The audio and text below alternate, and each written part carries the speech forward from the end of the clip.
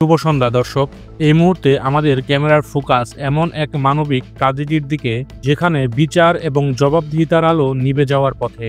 একটি রক্তাক্ত জনপদ যেখানে সামরিক জান্তার নির্মম অত্যাচারে লাখো নিরীহ মানুষের জীবন বিপন্ন।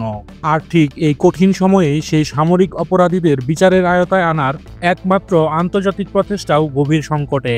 আজকে আমাদের বিশেষ রিপোর্ট মিয়ানমার যুদ্ধ অপরাধ তদন্তে জাতিসংঘের তহবিল কাটছাঁট। বিচার কি তবে স্বপ্নই হয়ে থাকবে? দর্শক, গত কয়েক বছরে মিয়ানমারের মাটি নিরপরাধ মানুষের রক্তে ভিজেছে। 2017 সালে রোহিঙ্গাদের উপর সামরিক বর্বরোচিত হামলা, যা বিশ্বজুড়ে গণহত্যা হিসেবে চিহ্নিত। পুড়িয়ে দেওয়া হয়েছে গ্রামের পর গ্রাম, ধর্ষণ আর গণহত্যার বিভীষিকা।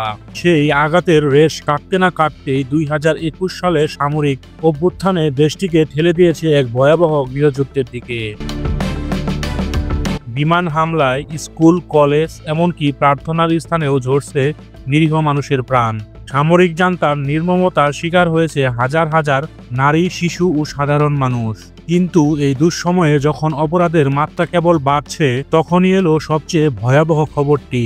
মিয়ানমারে সংগঠিত আন্তর্জাতিক অপরাধের প্রমাণ সংগ্রহ এবং সংরক্ষণের জন্য জাতিসংঘের অধীনে গঠিত একমাত্র দল IIMA এর অস্তিত্ব সংকটে। জাতিসংঘের প্রস্তাবিত বাজেটে IIMA এর বাজেট কমানো হচ্ছে প্রায় 15%। পাশাপাশি দাতা দেশগুলোর অগ্রাধিকারের পরিবর্তনের কারণে কমে যাচ্ছে অন্যান্য স্বেচ্ছাসেবী অনুদানও।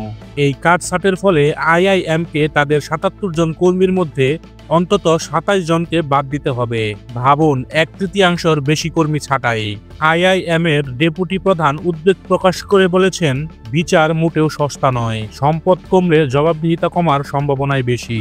এর মানে কি? এর মানে হলো নারী শিশুদের বিরুদ্ধে হওয়া অপরাধ তদন্তকারী পুরো ইউনিটগুলো হয়তো বন্ধ হয়ে যাবে। যুদ্ধ অপরাধের তদন্তগুলো অনির্দিষ্টকালের জন্য স্থগিত হয়ে যাবে।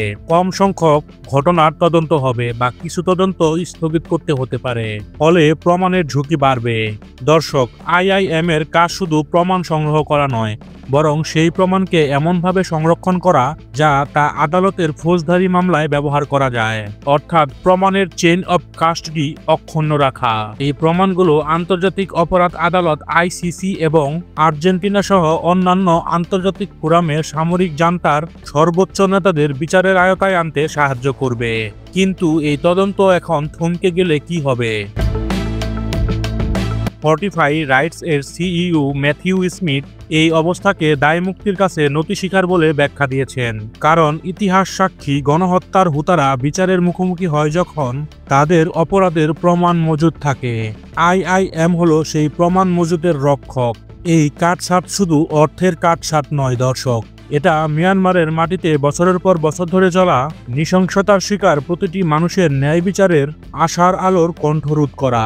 এই অসহায় মানুষগুলোর হয়ে আমরা প্রশ্ন রাখতে চাই, যখন যুদ্ধ অপরাধের ঘটনা বাড়ছে, তখন কেন সেই যুদ্ধ অপরাধীদের বিচারের মুখোমুখি করার তদন্তকে দুর্বল করা হচ্ছে? শুধু দর্শক, তহবিল স্বল্পতার এই ব্যাপার থেকে সামরিক জান্তাকে আরো বেপরোয়া করে তুলবে। মিয়ানমারের নিরীহ মানুষের জন্য বিচার নিশ্চিত করা মানে মানবতার জয় নিশ্চিত করা। এই বিচার যেন কখনোই থমকে না যায়। বিশ্বের কাছে এটি আজ আমাদের জোরালো আহ্বান।